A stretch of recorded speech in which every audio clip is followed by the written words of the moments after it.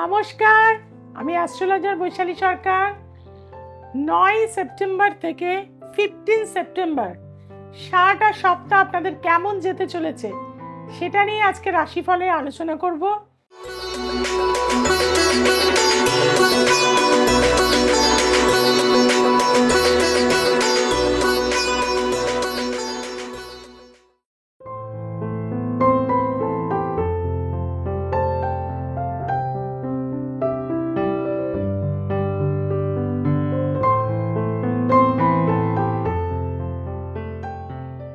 প্রথমেই বলবো, মেষ রাশির ঘরে কোনো প্ল্যানেট নেই।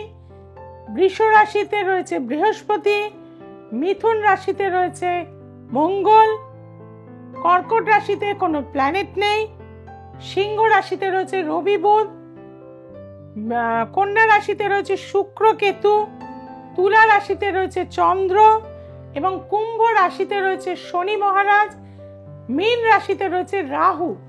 এবং এই হচ্ছে সারাটা সপ্তাহের প্ল্যানেটারি পজিশন। প্রথমেই বলবো, মেষ রাশির ক্ষেত্রে শারীরিক জায়গা নিয়ে কিছুটা চিন্তা থাকবে। মেষ রাশির এই সপ্তাহে হওয়া কাজগুলো কিছুটা আটকে থাকবে, তবে কর্মের জন্য ট্রাভেল করতে হতে পারে, কিন্তু সেই ট্রাভেল আপনাকে সাবধানে কিন্তু করতে হবে। সাদা চন্দন কাঠ একটা সবসময় কাছে রাখুন এই সপ্তাহে, সেটা আপনার জন্য মঙ্গলদায়ক হয়ে থাকবে। আসছি বৃষ রাশি। বৃষ রাশির লগ্নের ওপরেই একাদশপতি বৃহস্পতির অবস্থান, দ্বিতীয়ায় কিন্তু মঙ্গলের অবস্থান হয়ে রয়েছে।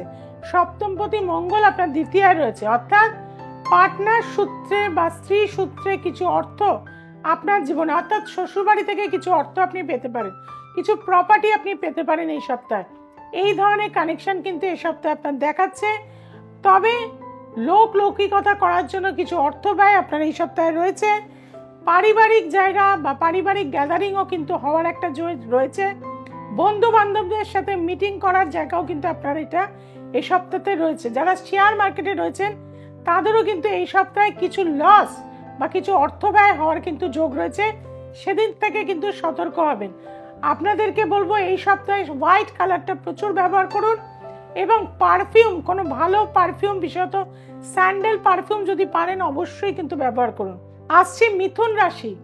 মিথুন রাশির ক্ষেত্রে যেটা দেখা যাচ্ছে, মঙ্গল আপনার লগ্নে অবস্থান করছে, চতুর্থ ভাবে শুক্র কেতু, দশমে রাহুর অবস্থান রয়েছে। কর্মস্থানে মাথা গরম করে চাকরি ছাড়বেন না এই সপ্তাহে, চাকরি পাওয়ার ক্ষেত্রে কিন্তু বাধা হয়ে যাবে। কাজেই এই সপ্তাহে মাথা ঠান্ডা করে থাকতে হবে, মেডিটেশন করতে হবে এবং শুক্র ক্ষেত্র অর্থাৎ হাতের এই জায়গায় 786 এই নাম্বারটা লিখতে হবে, লিখে একটা সার্কেল করে দিতে হবে। সারাটা সপ্তাহ এটা যদি আপনি করতে পারেন অবশ্যই ভালো ফল পাবেন। কর্কট রাশি। কর্কট রাশির ক্ষেত্রে বলবো, আপনাদের চন্দ্র কিন্তু রয়েছে তুলা রাশির ঘরে এবং দ্বিতীয় ভাবে রয়েছে রবি বুধ, অর্থাৎ এই সপ্তাহে পাওনা কোনো টাকা আপনার ফেরত আসবে বা নতুন কোনো কর্মে আপনি এই সপ্তাহে জয়েন করতে পারেন। বিভিন্ন দিক থেকে সাকসেস বা ভালো খবর আপনার কিন্তু আসার কানেকশন রয়েছে। তবে শরীর নিয়ে সপ্তাহে আপনি কিছুটা বাধার মধ্যে পড়তে পারেন, সেদিক থেকে কিন্তু আপনাকে সাবধানতা অবলম্বন করতে হবে। রূপোর পায়েল বা রূপোর ব্যাঙ্গেল, রূপোর বালা, এগুলো যদি আপনি হাতে ধারণ করতে পারেন বা পায়ে পড়তে পারেন, সেটা আপনার জন্য এই সপ্তাহে শুভ হয়ে থাকবে। আসছি সিংহ রাশি। সিংহ রাশির ক্ষেত্রে বলে থাকবো, লগ্নপতি লগ্নে দ্বিতীয়পতি যুক্ত, নতুন কোনো যদি ব্যবসার কানেকশন হয় সেটা ফ্রুটফুল হবে এই সপ্তাহে। সপ্তমপতি সপ্তমে রয়েছে, নিজের স্ত্রীকে নিয়ে ব্যবসা করুন, নতুন কোনো পার্টনার এনে তাকে নিয়ে আপনি ব্যবসা করতে পারেন, কারণ এই সপ্তাহটা আপনার জন্য যথেষ্ট মঙ্গলদায়ক। এছাড়াও যারা স্টুডেন্ট রয়েছে তাদের ক্ষেত্রে বলবো, যারা ক্লাস টেস্ট দিচ্ছে বা বিভিন্ন এক্সাম দিচ্ছে তাদের ক্ষেত্রেও বলবো, কিছুটা মনোসংযোগ যদি দিতে পারেন অনেক অংশেই কিন্তু লাভবান হবেন। বাড়িতে একটা শ্বেত অপরাজিতার গাছ বাড়ির দক্ষিণ দিকে লাগান এবং সেখানে প্রতিদিন কিন্তু জল দিন, সেটা আপনাকে অনেকটা উপকার দেবে এই সপ্তাহে। আসছি কন্যা রাশি। কন্যা রাশির ক্ষেত্রে শুক্র কেতু, দ্বিতীয়পতি শুক্র আপনার লগ্নে বসে আছে এবং কেতু যুক্ত অবস্থায় কোনো ফিমেল রোগ আপনাকে কিন্তু ভোগাবে এই সপ্তাহে, বা কোনো ফিমেলের দ্বারা আপনি কিন্তু বদনাম অপযশ হতে পারেন, সেদিক থেকে সাবধান হতে পারেন। এবং বিভিন্ন ক্ষেত্রে আপনার কিছু অর্থ ব্যয় হওয়ার, শৌখিনতার জিনিস কেনার ক্ষেত্রে, ধরুন মোবাইলটা ভেঙে গেল, আপনাকে কিনতে হবে, ল্যাপটপটা ভেঙে গেল, আপনাকে কিনতে হবে, এই ধরনের, বা চার্জার ভেঙে গেল, আপনাকে কিনতে হবে, এই ধরনের বাধা কিন্তু এই সপ্তাহে পাবেন। সেদিক থেকে সাবধানতা অবলম্বন করবেন। আপনাদেরকে বলবো অবশ্যই বাধা নাশক মন্ত্র অর্থাৎ সর্ববাধা বিনিমুক্ত ধনধান্য সুতান্বিত মনুষ্য মত প্রসাদেন ভবিষ্যতি ন সংশয়, এই মন্ত্রটা রেগুলার স্নান করে 28 বার পাঠ করুন।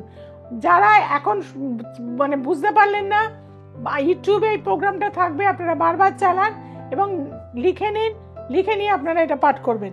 আসছে তুলা রাশি। তুলা রাশির দশমপতি আপনার লগ্নে রয়েছে, অর্থাৎ কর্ম পরিবর্তনের একটা যোগ রয়েছে, কর্মসূত্রে দূরে ভ্রমণের যোগ রয়েছে এবং আপনাদের ক্ষেত্রে কিছু অর্থ আসার যোগ কিন্তু এই সপ্তাহে আপনাদের রয়েছে।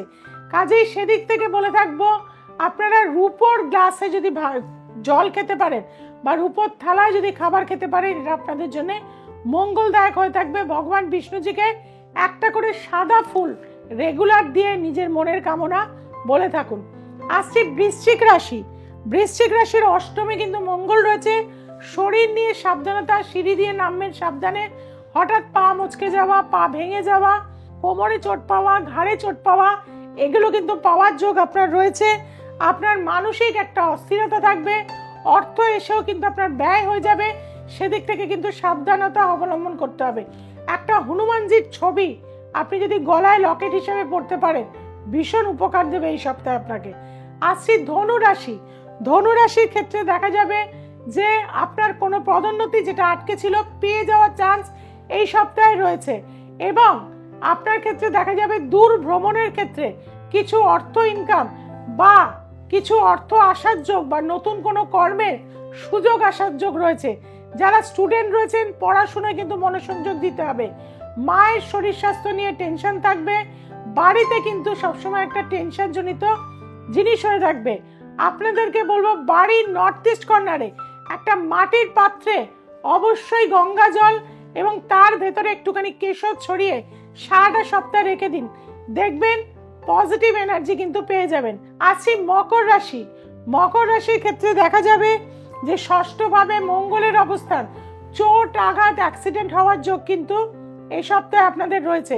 কাজে গাড়ি যারা চালান খুব সাবধানে চালাবেন, দূরে কোথাও যেতে গেলে অবশ্যই হেলমেট পরবেন এবং যে কোনোভাবে কিন্তু বেশি ভাজা তেল মশলা খাবার খাবেন না। শারীরিক অসুস্থতা কিন্তু এই সপ্তাহে অর্থাৎ হসপিটাল যোগের একটা ইন্ডিকেশন রয়েছে, সেদিক থেকে কিন্তু সাবধানতা অবলম্বন করতে হবে। গেরুয়া রংটা ভীষণভাবে ব্যবহার করতে হবে। জলের মধ্যে একটা করে লবঙ্গ রোজ রাতে ভিজিয়ে রাখবেন কাঁচের গ্লাসে, সকালবেলা করে সেটা চিবিয়ে জলটা খেয়ে নেবেন, ভীষণভাবে উপকার পাবেন। আসছি কুম্ভ রাশি। কুম্ভ রাশির ক্ষেত্রে দেখা যাচ্ছে যে আপনাদের ক্ষেত্রে কিন্তু এই সপ্তাহটা যথেষ্ট ভালো, নতুন কোনো অপরচুনিটি আসবে, শেয়ার মার্কেট থেকে কিছুটা লাভবান হবেন। ফিরোজা যদি পড়তে পারেন ভীষণ ভালো হয়ে থাকবে, না হলে তুতে রঙের কালার বস্ত্র এগুলো যদি আপনি ব্যবহার করতে পারেন সেটা কিন্তু আপনার জন্য মঙ্গলদায়ক হবে এবং বাড়ির মেন সদর দরজায় অবশ্যই ভগবান শিবের একটি মূর্তি রেখে দিন, খুবই উপকার হবে আপনার। আসছি মীন রাশি। মীন রাশির ক্ষেত্রে বলে থাকবো মাথা ঠান্ডা রাখতে হবে, পেটের সমস্যায় ভুগবেন, নানা রকম দিক থেকে কনস্পিরেসি ঝামেলার মধ্যে জড়িয়ে পড়ার জায়গা কিন্তু এই সপ্তাহে রয়েছে। সেদিক থেকে বলবো পরিবারই হোক, ফ্যামিলির দিক থেকে হোক, কর্মক্ষেত্রেই হোক, দুটো জায়গায় আপনাকে কিন্তু ভীষণ ব্যালেন্স করে চলতে হবে এবং আপনাদের ক্ষেত্রে বলবো লাল চন্দন একটুখানি কিন্তু মধু ঘি মিশ্রিত করে প্রতিদিন কিন্তু তিলক টেনে আপনি যদি বাড়ি থেকে বার হন সেটা আপনার জন্য মঙ্গলদায়ক হয়ে থাকবে। অর্থাৎ সারাটা সপ্তাহ আপনারা যদি এইভাবে থাকতে পারেন আপনারা কিন্তু ভালো থাকবেন। ভালো থাকতে গেলে কি করতে হবে? দ্য এসেন্স অফ অ্যাস্ট্রোলজিকে কিন্তু দেখতে হবে, সাবস্ক্রাইব করে নিতে হবে, যে বেল আইকনটি আছে তাকে প্রেস করে দিতে হবে। আর লাইভে যারা আমার সাথে কথা বলতে চাইছেন বুধবার রাত্রি 9টায়, শুক্রবার রাত্রি 9টায় আপনারা সিটিভিএন চ্যানেলে ক্যালকাটা টেলিভিশন নেটওয়ার্ক প্রাইভেট লিমিটেডে অবশ্যই চোখ রাখবেন, সরাসরি আমার সাথে কথা বলতে পারবেন। সবাই খুব ভালো থাকুন, সবাইকে খুব ভালো রাখুন। নমস্কার।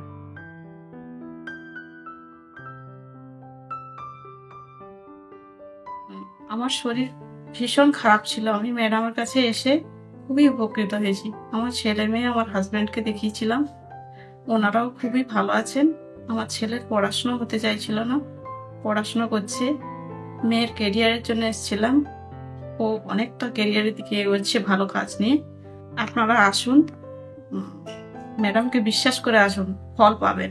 নমস্কার, আমার নাম সঙ্গমিত্র সরকার। আমি গাঙ্গুলি প্রধান থেকে এসেছি। আমি বৈশালীদের কাছে এসেছিলাম নানান রকম সমস্যা নিয়ে, মানসিক সমস্যা, মনের দিক থেকে ভেঙে পড়েছিলাম, আরো নানান প্রবলেম ছিল।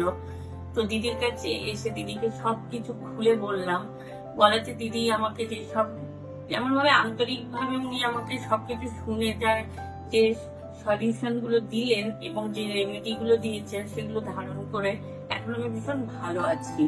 তাই সবাইকে বলবো যে যে যেমন ভাবে যেরকম সমস্যায় থাকুন না কেন, একবার দিদির কাছে এসে মন খুলে বিশ্বাস করে বলুন, উপকার পাবেন।